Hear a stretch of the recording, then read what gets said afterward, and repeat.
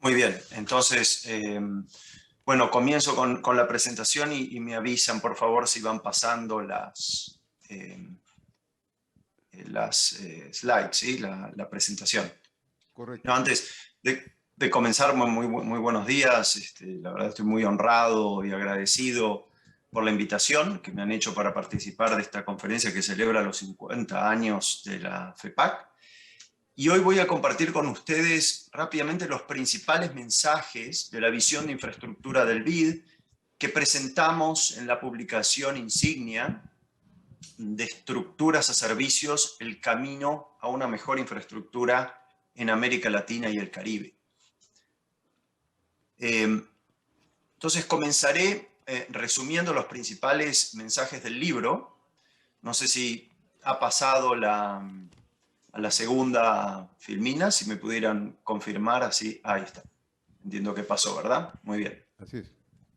Entonces comenzaré resumiendo los principales mensajes de la presentación y del libro. Les prometo que solo esta es la única que tiene mucho texto. Entonces, el primer mensaje es que resulta necesario cambiar el foco de la agenda de política pública de estructuras a servicios. Es decir, que debemos concentrarnos cada vez más en el software de la infraestructura. Esto incluye aspectos como la gobernanza, la regulación, la eficiencia de los proveedores y la conducta de los consumidores. El segundo mensaje es que América Latina debe invertir más e invertir mejor en infraestructura para cerrar las brechas existentes y poder aumentar el acceso y la calidad de los servicios. Hay manera de conseguirlo con las políticas adecuadas. El tercer mensaje es que el futuro traerá consigo disrupciones provocadas por la digitalización que cambiará la oferta, pero también la demanda de los servicios de agua, de energía y de transporte. Se generarán grandes oportunidades.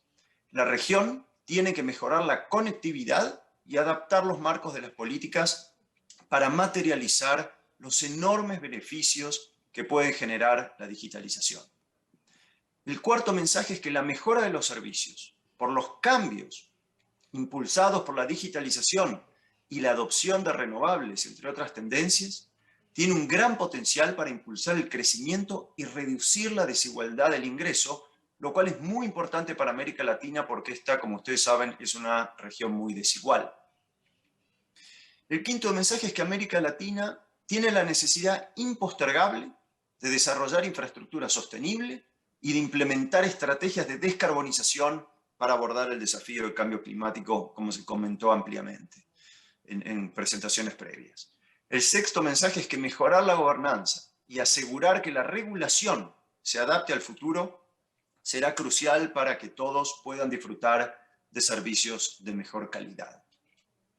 Entonces, el punto de partida es el cambio de enfoque de estructuras a servicios. Si bien, como consumidores, utilizamos los servicios todo el tiempo, en los debates de la política sobre infraestructura generalmente consideramos únicamente las estructuras.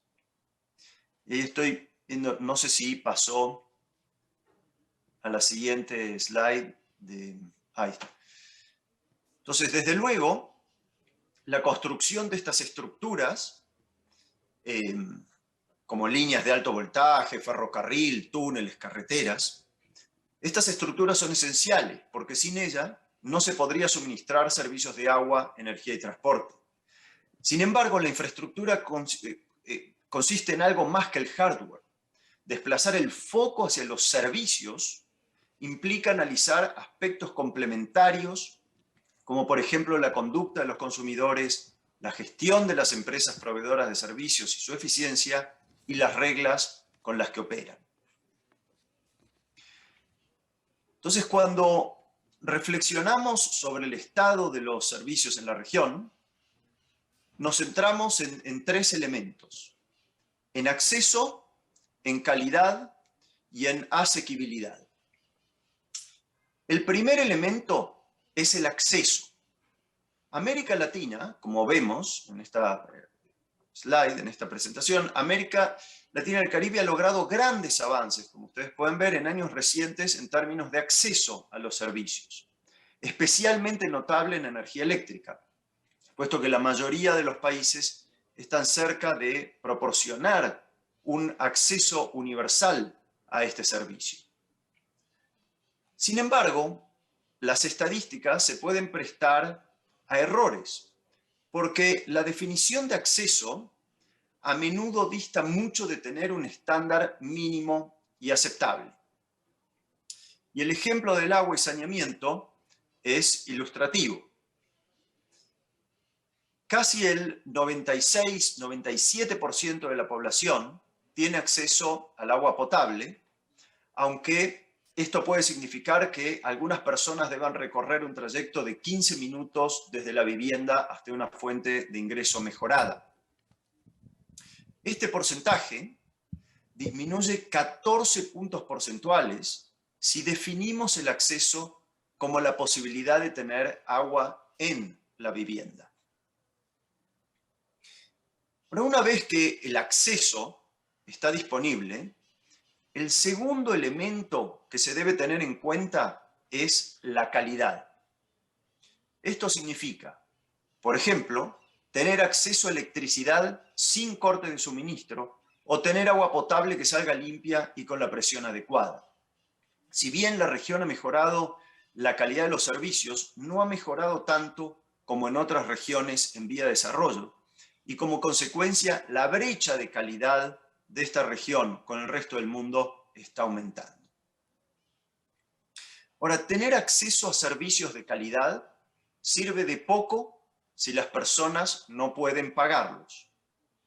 Y en América Latina y el Caribe, las personas gastan más que en otras regiones en electricidad, agua, transporte y comunicaciones, particularmente los más pobres.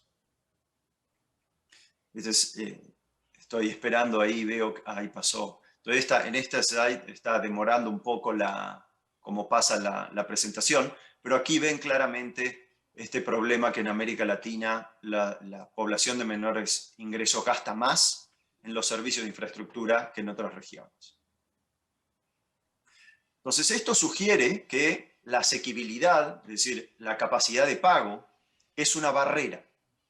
En la región, muchas personas no consumen servicios básicos porque no pueden pagarlos. Y en este sentido, un ejemplo es muy ilustrativo.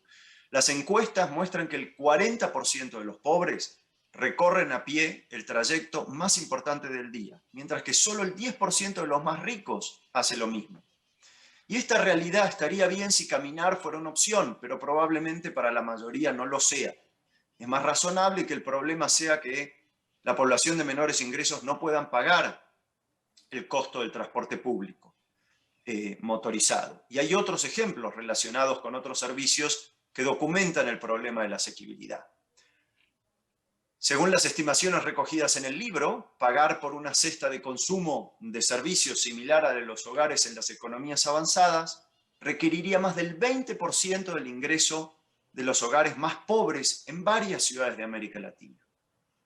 Este resultado nos indica que los hogares de bajos ingresos enfrentan grandes dificultades para consumir y pagar por los servicios. Entonces, América Latina y el Caribe necesitan invertir más en sus servicios básicos para mejorar el acceso y la calidad de los servicios. Invertir más es crucial para cerrar las brechas de infraestructura existente.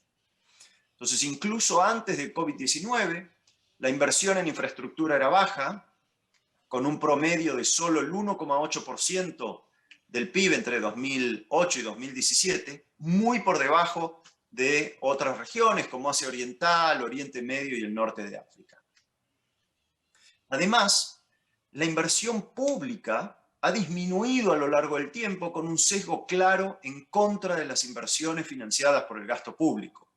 En 2019 y 2020 la inversión ha sido realmente baja, del 1,4% del PIB, y estimamos que continuará en niveles bajos, seguramente, como explicó Carlos anteriormente, por las fuertes restricciones generadas por el COVID-19. Entonces, la cantidad, y ese es un argumento importante, la cantidad de la inversión es solo una cara del problema. La otra es su calidad. Necesitamos invertir mejor. Y un elemento clave para invertir mejor es planificar para que se elijan los proyectos correctos y luego enfocarse en implementar los proyectos de la manera correcta. En una muestra que hicimos llamamos para el libro, de 200 proyectos de inversión, encontramos que se cancelaron 36, mientras que 162 experimentaron retrasos, en muchos casos por no gestionar bien los problemas sociales. Y aunque parezca increíble, estimamos que un 35% de la inversión pública en infraestructura puede perderse en sobrecostos y retrasos. Ahora bien, y es la siguiente slide, consideramos en el libro lo que denominamos fuerzas del cambio para el futuro, que son muy importantes en infraestructura y que nos demandan actuar con agilidad porque son de gran magnitud. Y comencemos con las demandas sociales, que se han vuelto aún más urgentes debido al COVID-19. Entonces, frente a ello, la región debe mejorar tanto la calidad como la asequibilidad de los servicios. Y para entender la magnitud de las demandas sociales, basta recordar que el alza de los precios de los servicios de transporte, en un contexto en el cual la gente considera que los servicios son caros y deficientes, detonó las protestas y el malestar social primero en Brasil en 2013 y luego en Chile en 2019. Entonces, el cambio climático, como se mencionó varias veces en las presentaciones anteriores, es lo que denominamos la segunda fuerza del cambio. En los últimos 50 años, como se ve aquí, la frecuencia de los desastres naturales se ha triplicado y los daños económicos en los caminos, los edificios, equipos, se ha disparado de $7.000 millones en la década de los 70 a más de 100.000 en la última década. Y los desastres naturales afectan a las estructuras y al suministro de servicios. Por ejemplo, las sequías reducen la capacidad de generación de energía hidroeléctrica, lo que provoca cortes de electricidad, y a su vez las precipitaciones extremas pueden contaminar el agua y aumentar la transmisión de enfermedades. La tercera fuerza del cambio es la tecnología. Intentar predecir el futuro ante un cambio tecnológico es realmente una tarea muy difícil. Hay muchos caminos diferentes que el mundo podría tomar, y esto lo mostramos, por favor, en la siguiente slide. Con la cantidad de pronósticos existentes, realmente resulta difícil separar la realidad de la ficción. Nosotros definimos, lo que hicimos en el libro es abordar construyendo escenarios concretos, combinando avances tecnológicos con diferentes respuestas de política pública.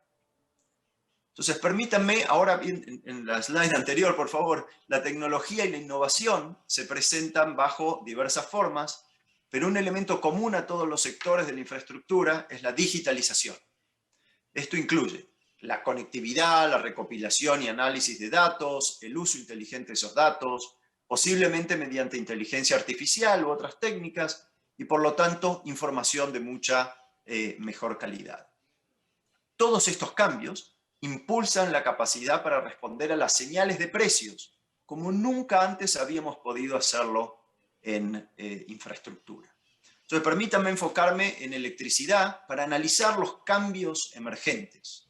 Los costos de generar energía solar y eólica, como ustedes saben, están disminuyendo rápidamente y América Latina sigue la tendencia y en muchos casos sus precios bajos han marcado récords. En la siguiente slide, por favor, ahí este gráfico muestra cómo ha disminuido los costos de las baterías, aunque podría haberles mostrado los costos de paneles solares o de turbinas eólicas. Tecnologías cuyos costos también, por supuesto, están disminuyendo fuertemente en años recientes. Entonces es la combinación de la reducción del precio de las energías renovables con el menor costo de almacenamiento, junto con la digitalización, lo que está provocando un fuerte impulso hacia la descentralización de la producción, donde las empresas y los hogares generan cada vez más su propia energía. Entonces la digitalización, en la siguiente slide, es clave para gestionar el proceso de descentralización y es la llave que abre la puerta para que los consumidores, todos nosotros, podamos asumir un mayor control en el consumo, es decir, que gestionemos la demanda y la oferta en tiempo real. Es probable entonces que los consumidores, todos nosotros hoy que actuamos de una forma pasiva, nos convertamos en prosumidores activos. Y estos cambios ya están revolucionando el mercado de la electricidad. las empresas de electricidad tendrán que cambiar sus modelos de negocios para sobrevivir. Ahora, hacia el futuro hay escenarios preocupantes. Si los hogares de ingresos más altos, como se muestra, y las empresas se desconectan de la red, como se muestra gráficamente en esta filmina, puede que el sistema carezca de financiamiento suficiente, lo que pone en riesgo la inversión y el mantenimiento de la red. Es decir, es probable que en el futuro tengamos una situación mala, un equilibrio malo, que puede ser eficiente para unos pocos y socialmente ineficiente y más regresivo para muchos. Entonces puede que haya disyuntivas difíciles en el horizonte que van a requerir una gestión pública, especialmente en el aspecto regulatorio, para evitar que la tecnología genere lo que llamamos un futuro distópico. Y permítanme aquí hacer una referencia a la situación tan complicada que vive Europa hoy. La electricidad y la seguridad energética es un tema central y se relaciona muy cercanamente con el rol de los mercados en energía y cómo acelerar la transición energética reduciendo su dependencia de combustibles fósiles. Es decir, en electricidad, el futuro que imaginábamos hace apenas un par de años ya llegó y obliga a tomar decisiones transformacionales. Pero en la siguiente filmina, por favor, los desafíos específicos en materia de agua y transporte son sin duda diferentes, pero elaboramos escenario en el libro. El mensaje que queremos transmitir es que los avances tecnológicos, con las políticas equivocadas, podrían generar escenarios muy negativos, pero la combinación de la revolución tecnológica que está viviendo la infraestructura y las políticas públicas adecuadas podrían generar oportunidades de desarrollo muy importantes. ¿Y qué tipo de beneficios podrían traer consigo estas oportunidades? Y en el libro, y en la siguiente filmina, por favor, llevamos a cabo simulaciones para medir cómo los cambios tecnológicos en los servicios podrían tener un impacto en las economías si lo modelamos para 8 países de la región. Y los resultados sugieren que la digitalización de los servicios impulsaría el crecimiento económico. Por ejemplo, un aumento del 5% en la eficiencia productiva de los servicios, que es un supuesto bastante modesto, arrojaría un aumento de 200.000 millones en el Producto Bruto Interno a lo largo de una década, lo que equivale al 3,5% del PIB. Ahora, sin embargo, para aprovechar estos cambios se requiere de conectividad. Y ahí la siguiente. Desafortunadamente, nuestra región está muy rezagada y debemos ser conscientes de esa brecha. Para un amplio sector de la población, conectarse es imposible, ya que la infraestructura digital no existe y además en muchos casos, aun cuando se cuenta con la posibilidad de conectarse, hacerlo es demasiado caro. Se requiere urgentemente una agenda digital. Esto implica diseñar planes nacionales de banda ancha que faciliten el acceso abierto a la infraestructura y que promueva la competencia. En la siguiente slide, permítanme en estos pocos minutos concentrarme en recomendaciones y opciones de política. Cerrar la brecha de infraestructura en América Latina requiere, como enfatizamos anteriormente, un aumento de la inversión pública y privada. La siguiente, ¿cuánto debería invertir América Latina? Y Carlos dio bastantes números de esto, y la respuesta la verdad es que depende del objetivo de política, y muy recientemente, quería compartir con ustedes, en el BID publicamos un estudio que mide la brecha de inversión para cumplir con los objetivos de desarrollo sostenible al 2030. Y calculamos una brecha total de 2,2 billones de dólares, o 2,2 trillones de dólares, como se dice en Estados Unidos, equivalente a un esfuerzo de inversión del 3,12% por año hasta 2030. Entonces la pregunta es, en la filmina siguiente, ¿América Latina está invirtiendo suficiente para cerrar la brecha? Y la respuesta es un contundente no. El promedio de la inversión entre 2018 y 2019 fue de 1,8% del PIB. Y lamentablemente la inversión ha bajado fuertemente desde 2014. Para alcanzar el valor necesario de 3,12%, la región debe aumentar la inversión 70% o pasar de más o menos 100.000 millones de dólares que invierte hoy a 180.000 millones. Entonces, en la siguiente, por favor, todos los cálculos los pueden encontrar en el documento que ven aquí. Incluyo un enlace a la plataforma interactiva. Tenemos una nueva plataforma interactiva que todo usuario interesado puede acceder al modelo de cálculo y cambiar todos los parámetros para incorporar distintos escenarios de costo y demanda. En la siguiente. Ahora bien, más allá de aumentar, como mencionamos recién, la cantidad de la inversión, es necesario trabajar en la calidad de la inversión. Para reducir la ineficiencia de la inversión, que representa, como mostré anteriormente, al menos 35% del total de la inversión pública, la región tiene que invertir en el proceso de inversión. Y la hoja de ruta para esto contiene 5 puntos esenciales. Desarrollar un plan de infraestructura que defina un conjunto de proyectos prioritarios, y esto es clave para dar predictibilidad a la industria de construcción. Asignar recursos suficientes a la preinversión. Esto es necesario para reducir las contingencias y los sobrecostos. Estimular la competencia y la innovación, por ejemplo, modificando el sistema de criterios de selección basados en inputs, en ítems de obra y precios más bajos, para pasar a premiar los criterios que priorizan la calidad del servicio. Luego, priorizar el mantenimiento, por ejemplo, con contratos que reúnen en un paquete la rehabilitación y el mantenimiento, un ámbito que la región tiene probada experiencia, por ejemplo, con los contratos CREMA. Y cambiar de un mantenimiento reactivo, que es lo que hacemos en general, a uno predictivo, lo que es cada vez más viable gracias a la tecnología. Y por último, que tal vez debería ser lo principal, la lucha contra la corrupción, mejorando el cumplimiento de la legislación, pero también mediante intervenciones focalizadas. Un ejemplo de esto es la plataforma Mapa Inversiones, ya implementada en Colombia, Perú y Costa Rica, lo que permite a los ciudadanos realizar en tiempo real un seguimiento de cómo se gastan los recursos. Entonces, la siguiente, retomando la fuerza del cambio asociada al cambio climático, son clara la minoría los que niegan que la infraestructura es clave para mitigar los efectos del cambio climático. Entonces, quienes planifican hoy tienen una responsabilidad muy grande, porque sus decisiones impactarán por generaciones. Y aquí no puede haber excusas ni demoras, porque el reloj corre. Para cumplir con el Acuerdo de París, la provisión de infraestructura y sus servicios deben cambiar hoy, porque los objetivos del acuerdo son muy ambiciosos.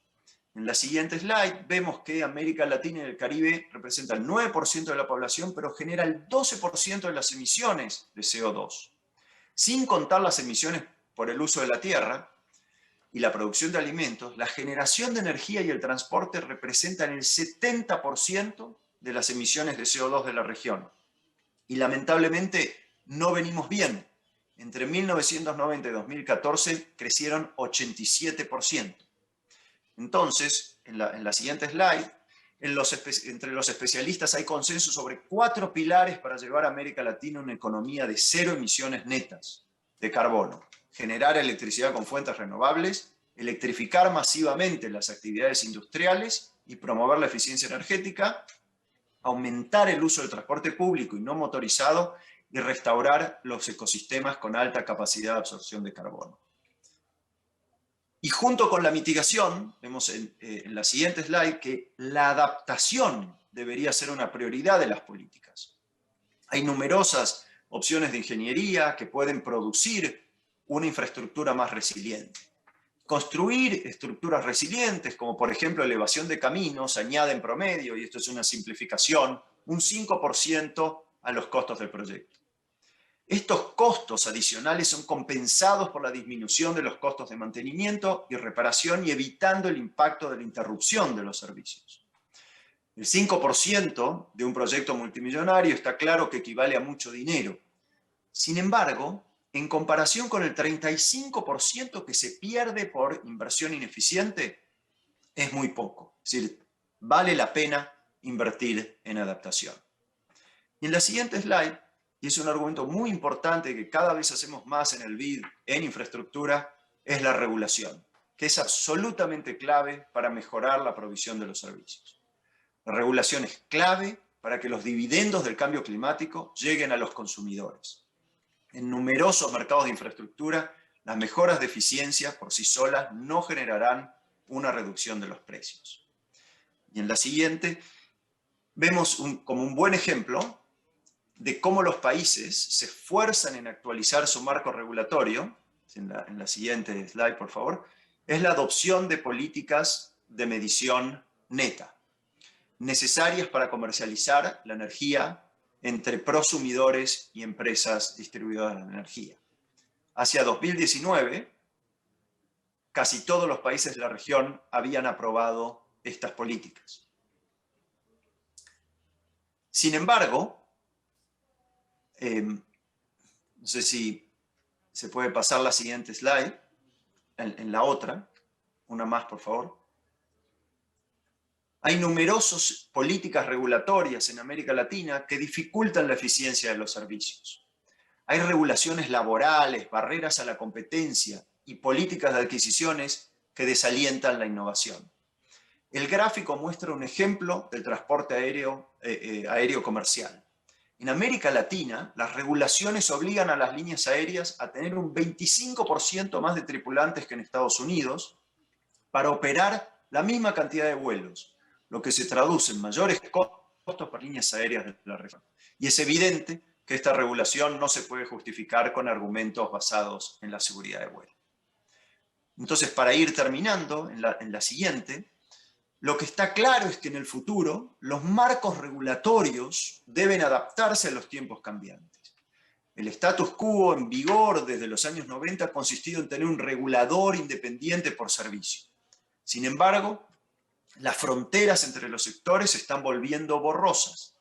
La electricidad, por ejemplo, está cada vez más interrelacionada con el transporte, el agua y las telecomunicaciones. Tomemos el ejemplo de los vehículos eléctricos, que en la práctica son baterías sobre ruedas. La regulación sobre el almacenamiento y el flujo de la electricidad determinará la adopción de vehículos eléctricos. Y esto a su vez influirá en las necesidades de inversión en la red de distribución eléctrica. Es por esto que la colaboración entre las instituciones regulatorias ha cobrado más importancia que nunca. Puede ser que sea necesario que reasignemos los mandatos sectoriales, es decir, las agencias se podrían fusionar y la supervisión de la gestión de datos, cada vez más importante en infraestructura, se podría asignar a una nueva agencia de datos que tenga particular atención en los temas de ciberseguridad. La mejor solución, por supuesto, va a depender del contexto de cada país. Entonces, en la última me gustaría realmente agradecerles la oportunidad que me han dado para compartir con ustedes esta presentación. Si les ha parecido interesante, aquí aparece el link, el enlace al libro y también van a poder encontrar un montón de trabajo que hemos hecho para su preparación. Muchas gracias.